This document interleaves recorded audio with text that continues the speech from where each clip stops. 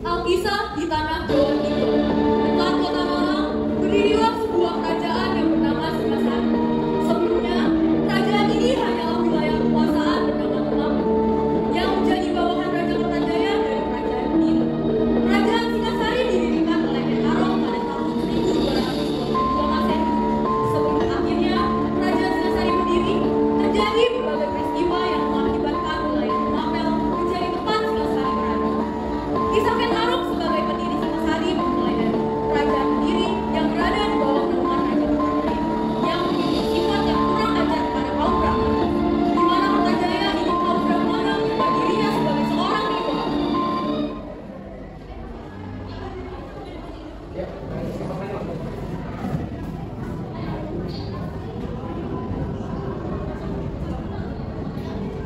Hei para kaum Brahmana, sembahlah aku pada seorang dewa, karena aku adalah raja di sini. Dasar raja yang tahu diri, tapi tidak sudi dibagi diri oleh dewa. Kaum Brahmana jelas menolak permintaan Raja Kertajaya. Terjadi perselisihan antara kaum Brahmana dan Raja Kertajaya. Puncaknya, pada saat kaum Brahmana meminta tolong kepada Ken Arok untuk membantu mereka menjatuhkan kerajaan Kediri.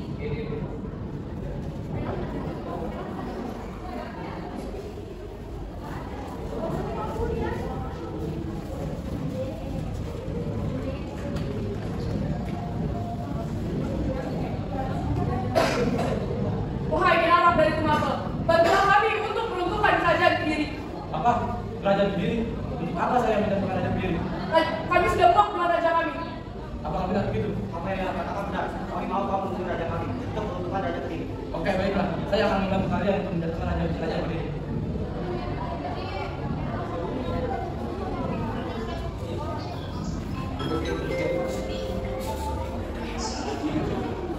Ken Arok pun menyetujui permintaan kaum Brahmana.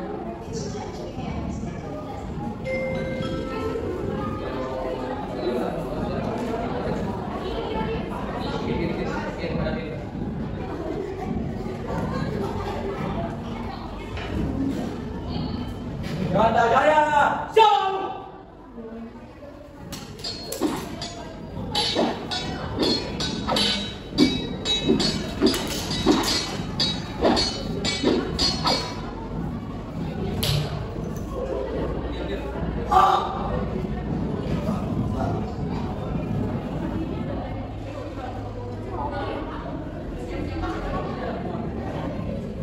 Singkat cerita, Ken Arok berhasil membunuh Raja Kertajaya sekaligus menentukan kerajaan Kediri. Setelah beberapa lama mengabdi di Tumapel, Ken Arok mempunyai keinginan untuk memperistrikan Dedes, yang saat itu sudah menjadi istri Tunggul Ametung. Ken Arok ingin membunuh Tunggul Ametung dengan meminta bantuan Kubandring, sang pembuat keris.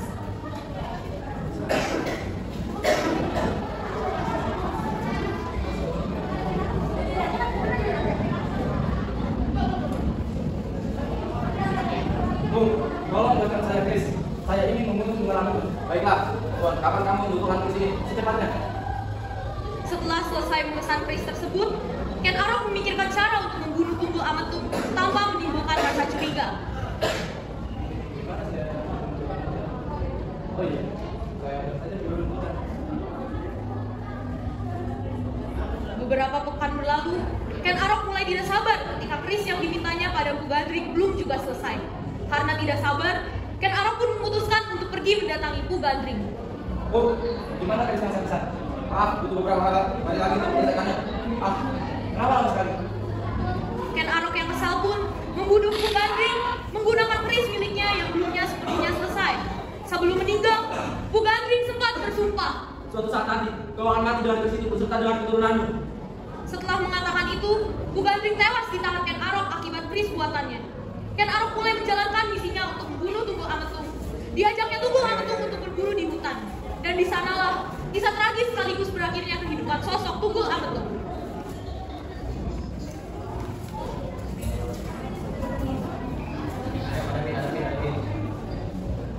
Tuan, apakah Anda bersedia untuk berburu bersama saya? Baiklah, saya bersedia. Bagaimana dengan istri saya? Istri Anda boleh tidak sulit, Tuan. Baiklah, mari kita berburu puncak. Baiklah. Sebelum berburu, Tunggul Ametung pun meminta izin kepada Ken Dedes. Ya.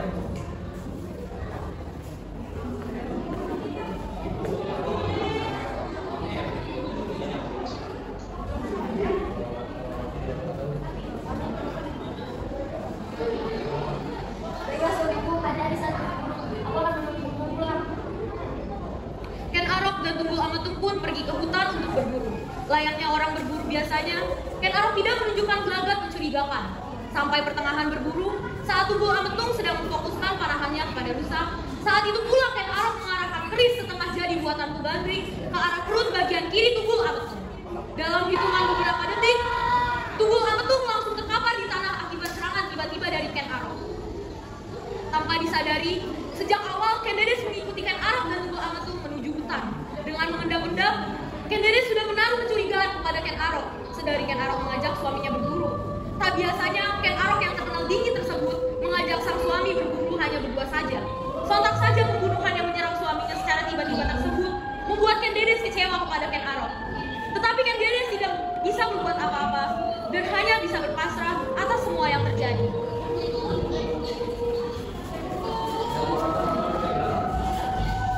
Beberapa hari setelah kematian Tunggul Ametung, Ken Arok pun menemui Ken Dedes dan menyatakan perasaannya yang selama ini terpendam.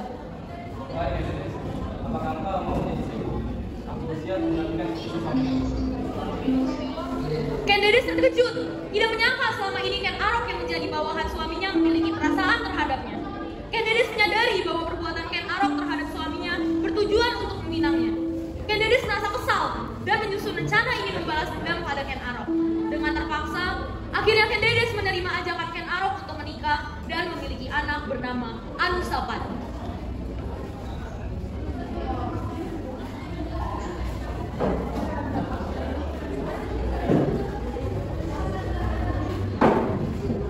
Anusapati pada akhirnya mengetahui bahwa ayah tirinya bertanggung jawab atas kematian ayah kandungnya. Dia merasa tak terima dan ingin membalas dendam ayah kandungnya yaitu Tunggul Ametung. Ia menggunakan keris Pugandring yang ia dapatkan dari ibunya. Anusapati pun akhirnya menyuruh pembantunya untuk membunuh Ken Arok.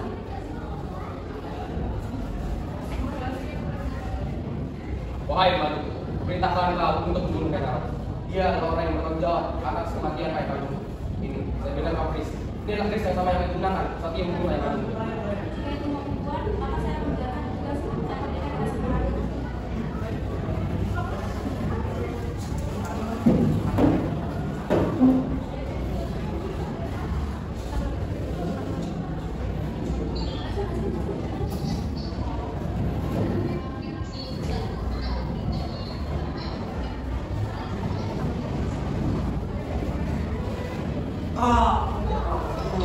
Ken Arok akhirnya mati ditusuk dari belakang saat ia sedang makan di sore hari. Anusapati pun juga membunuh pembantunya untuk menghilangkan jejak.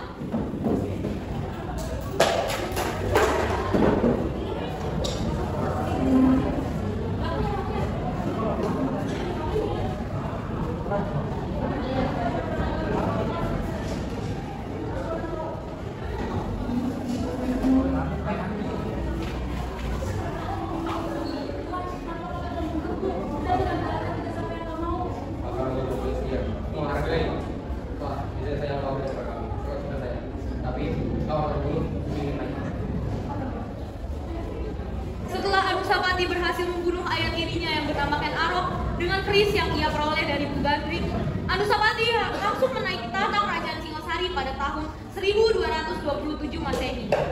Selain Anusapati, Ken Arok juga memiliki 4 putra bersama selir kerajaan yang salah satunya bernama Panji Tojoyo. Kematian ayahnya itu sampai ke telinga Tojoyo.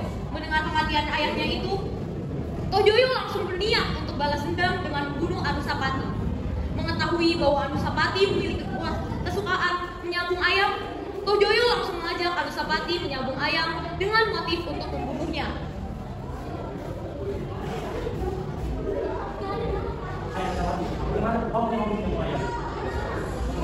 Ada apa hubungan dengan Gimana kalau kita riwayat sama?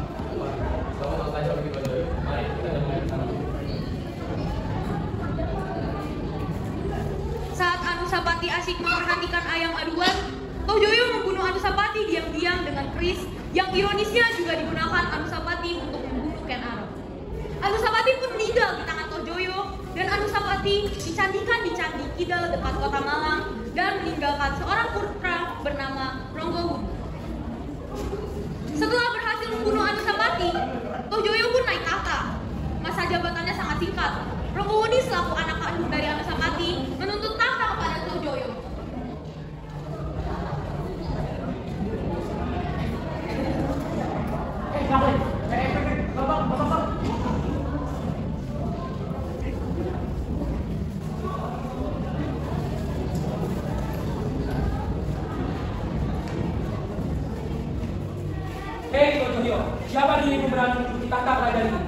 Lagipula, engkau yang telah membunuh ayahku. Lancar sekali dirimu. Dirimu terlalu kecil untuk menjadi raja.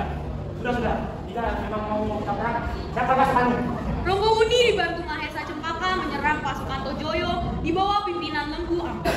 Serangan pengikut Ronggowuni semakin kuat dan akhirnya menduduki istana Singasari. Tojoyo berhasil melarikan diri dan akhirnya meninggal di daerah Katahumbang akibat luka-luka yang dideritanya. Setelah Ronggowuni berhasil menggulingkan pemerintah Tojoyo, Ronggowuni naik takhta kerajaan Singasari pada tahun 1248 Masehi. Dalam pemerintah, ia didampingi oleh Mahesa Cempaka yang berkedudukan sebagai Ratu Anggabaya. Ronggowuni bergelar Sri Jaya Wisnuwardana saat memerintah kerajaan Singasari, sedangkan Mahesa Cempaka bergelar Narasimhamurti. Di samping itu, Ronggowuni mengangkat anaknya yang bernama Kartanegara sebagai raja muda pada tahun 1254 Masehi. Pada saat itu, Kartanegara masih sangat muda. Wahai Kartanegara, dengan itu aku ayahmu, Ronggowuni, akan menyerahkan takhta kerajaan ini kepadamu. Tolong jagalah takhta kerajaan ini yang ayah sampai itu. Dengan ini ayah akan mempercayakan masa depan kerajaan ini kepadamu. Baiklah ayahku, jika itu maumu, aku akan menjalankannya sepenuh hati.